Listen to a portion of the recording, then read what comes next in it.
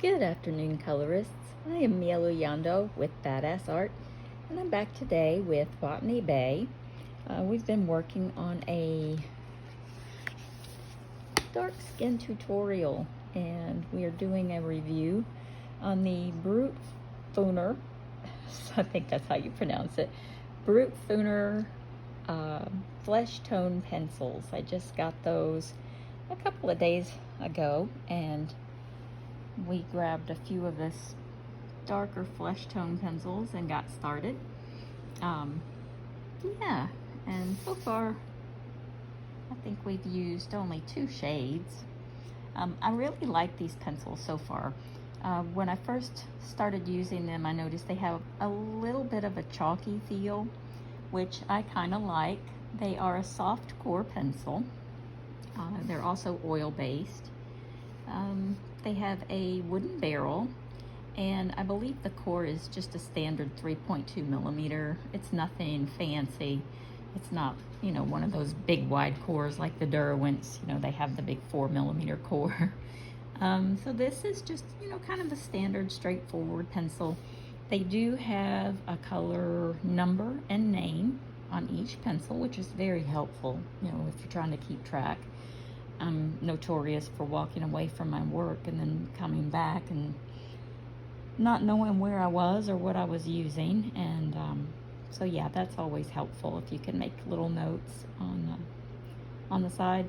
Hey, that made me remember. I was wondering when I was putting together my last book if it would be helpful to have, on the in the back of the book, an area for notes where you can jot down which pencils and colors you were using for certain projects. So if you do step away, you can always come back later and consult the notes.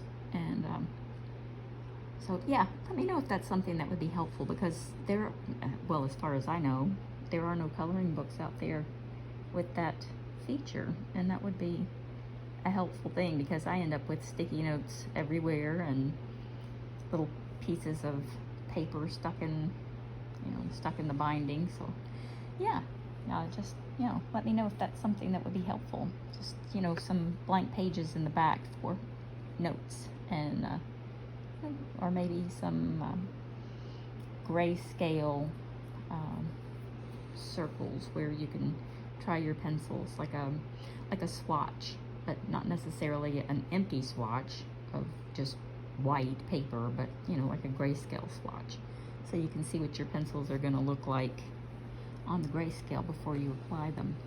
Yeah, just an idea. Let me know. So one thing about darker pencils, when they're and I don't want to say cheaply made, because that's not necessarily the case, when they have more wax or more oil, when they're not highly pigmented, I would say that these have a lot of pigment. It doesn't take a lot of pressure to get the color. Just because it doesn't take a lot of pressure doesn't mean that the ratio of pigment is higher than oil. Does that make sense? I guess what I'm getting to is, as you can see a lot of paper underneath, whereas other pencils might not show as much. And that's just, it's not the pencil every single time. Sometimes it might be the paper, and the paper has a different tooth. The paper has a skiff of some kind of chemical on top of it, and it doesn't react well with your pencil. There are a million different things, but 9 times out of 10 it's the consistency of oil or wax in your pencil. So don't feel disheartened by that. And sometimes there's just nothing you can do. Don't beat yourself up over it. I always say, it's a paper issue. Don't worry about it or whatever. But what I do is I go back in and I just kind of take my time and I go over it a little more until you reach your layer limit. And basically a layer limit is just how many times can you go over it before the paper gives up and says, okay, that's it, I can't take anymore. And it starts to kind of look smeary. You'll know you'll know when you've reached your layer limit, because it's just kind of like meh. Yeah, it's you'll know. And we can do a video on different papers and layer limits. The thicker the paper, the differences between hot pressed and cold pressed papers. There's a difference in all that stuff, and it's going to receive your pencils in a different way. So I just kind of come back in here nice and easy. And if I see a lot of paper showing through, I don't necessarily burnish my work. We talked about burnishing before. I don't go over it and over it until it looks completely smooth. I do like to have a little bit of that paper texture behind it. But yeah, just kind of work it in until I feel like it's, got a more even coverage.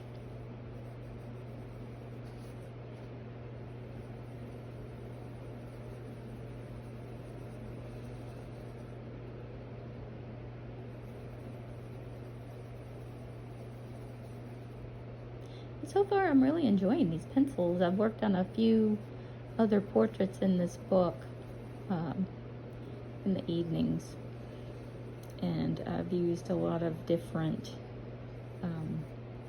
tones. I did a really fair complected one, I did an Asian one, I did another extremely dark skin tone, and so far I've really liked the yield of these pencils.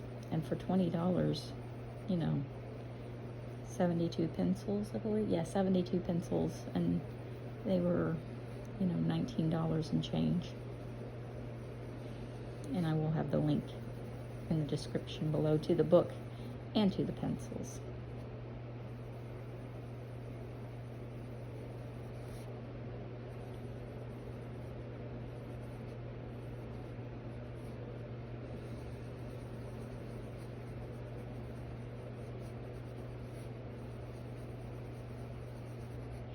And I am not sponsored by any of these brands that I talk about. I buy everything with my own money, and try them out and let you know what I think about them.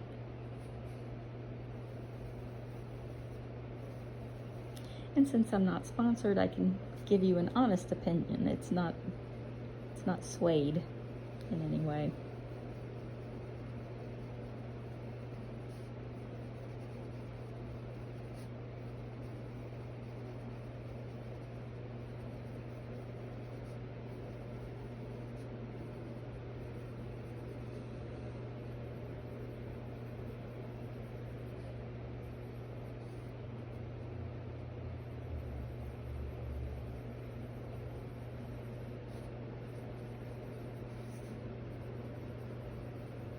And this is the darker of the two colors that we used yesterday. It's called glazed almond. Or no, I'm sorry, glazed ginger.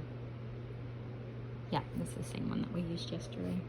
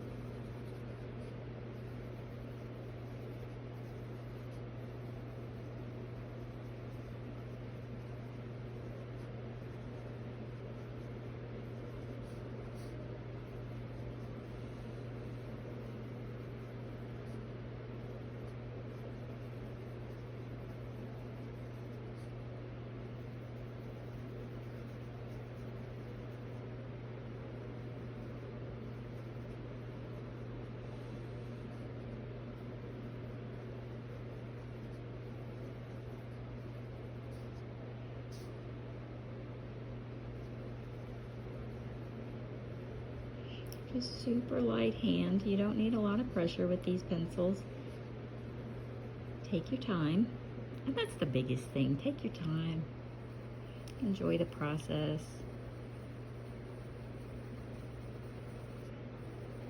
A lot of times your picture is going to look like a mess before it looks like a masterpiece. Keep that in mind.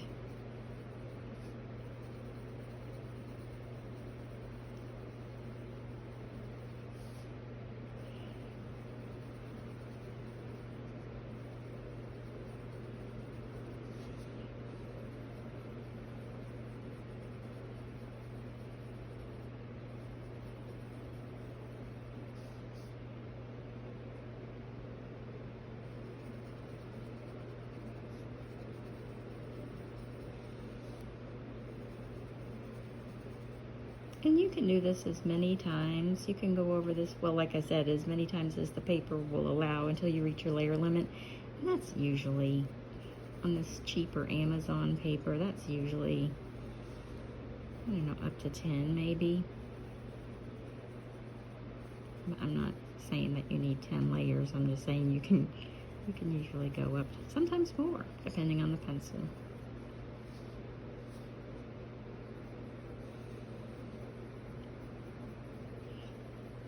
Right now this is our third layer over this little cheek area. You can see how it's nice, you know, it's smoothing out.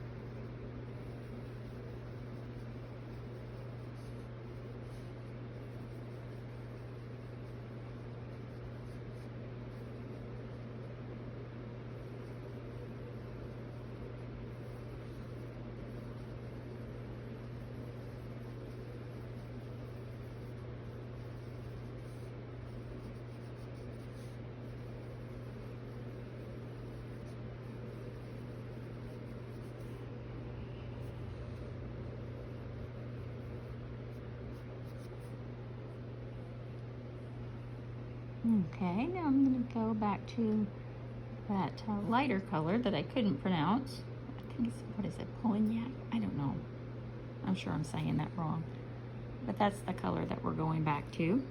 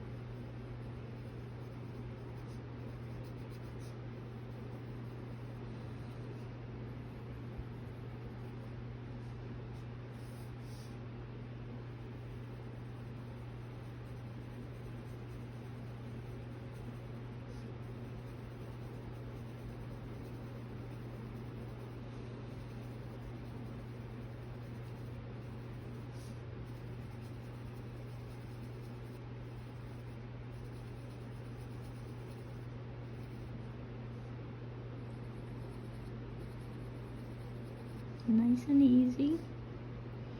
You don't need a lot of pressure on this one either. Just nice and gentle.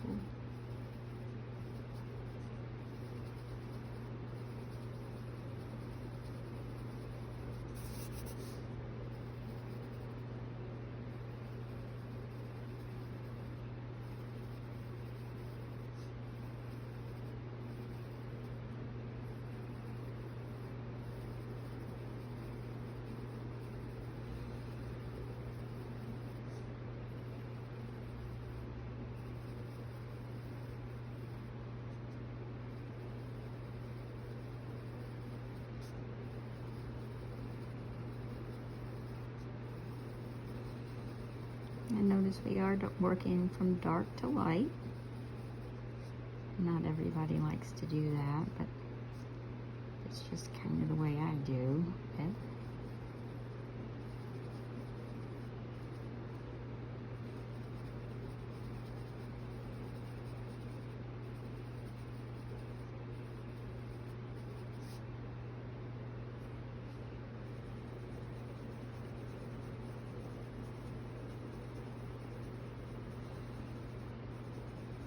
Trust me, it'll work out.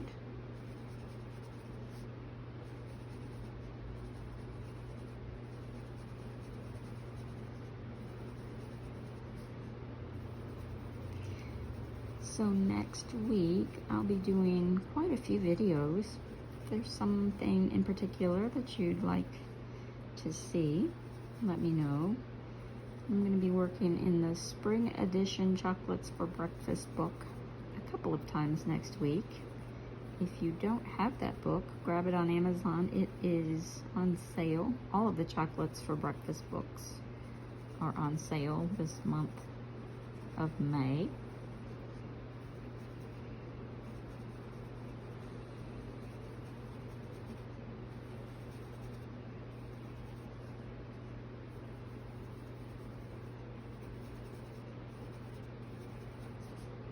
So grab that up and follow along if you'd like.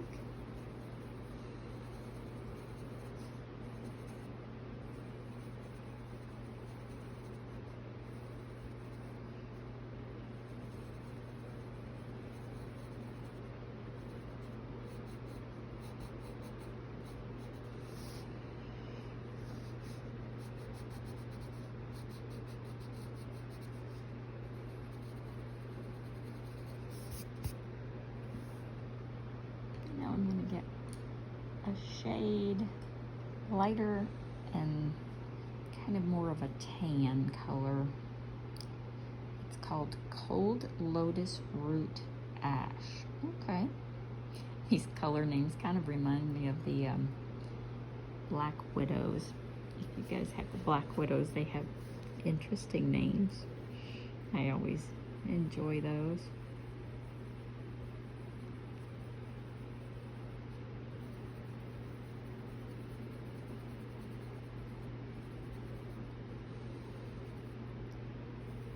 I want to make my own line of pencils. I'm going to have interesting names. I don't know what they'll be, but I'm sure they'll be sure they'll be interesting.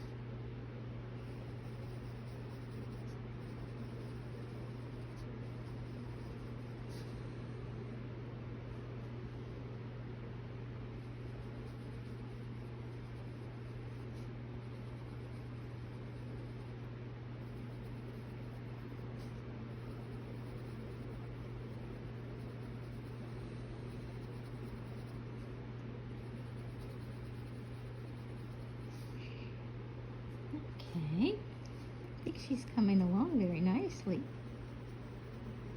And we've got that nice and smooth.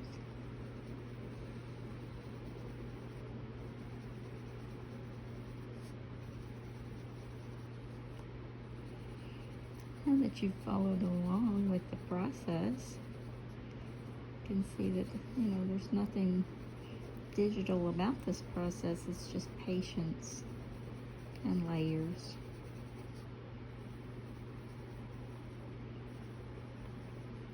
But I'll bet you still somebody will say, you did that with a computer. Really? No. You can really color and just practice and patience.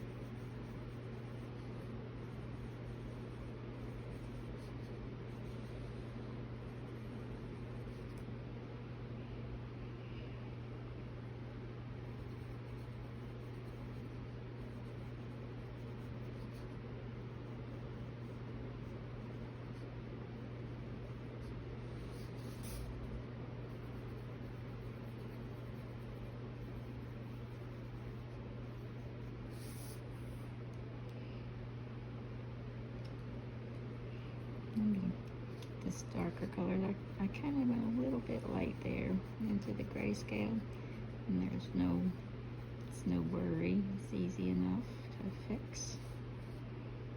Just go right back down with a darker color.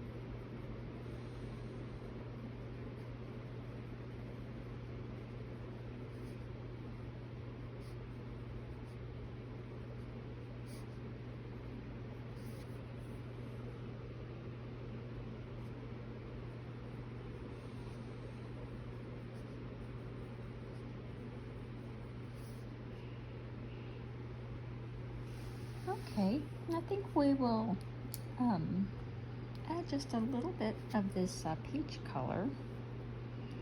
It is called Espresso, gosh, is that G's? Yeah, Espresso G's. I'm going to add that right in here on her cheek.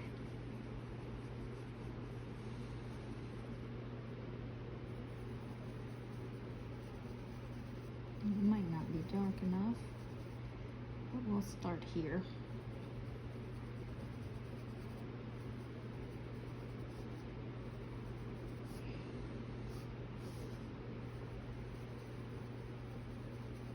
And when you're adding blush or color to the cheeks to get a natural look, you would actually follow,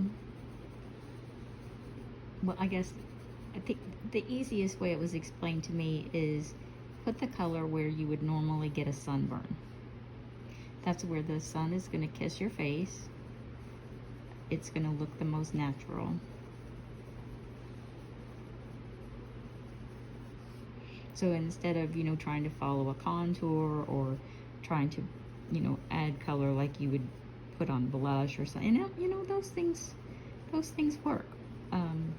But I liked that, you know, add it where you would get a sunburn.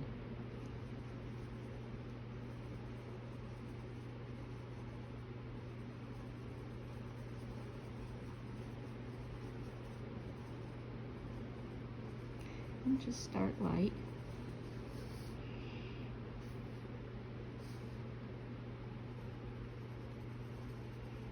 And you can always make it darker.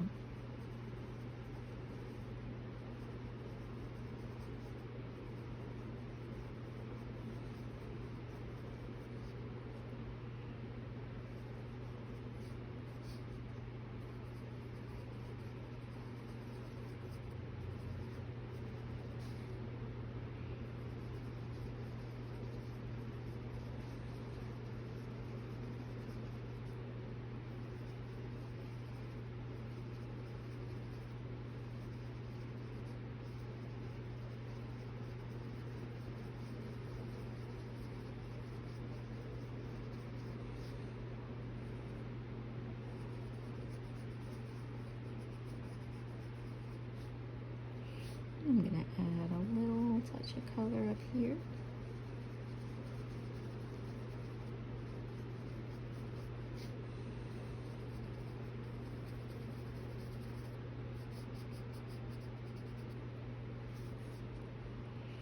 I might actually go in and darken this up a bit, but right now it's a good place to start. And it's also a good place to end for the day because we're almost at 30 minutes. And I think we're in a good spot on her face. And next time we come in, we'll continue on with the Brutfuners and we will do her neck and chest area. So I hope everyone is having a wonderful day. Join me tomorrow and we'll keep working on our cute little girl here. Everybody have a great day.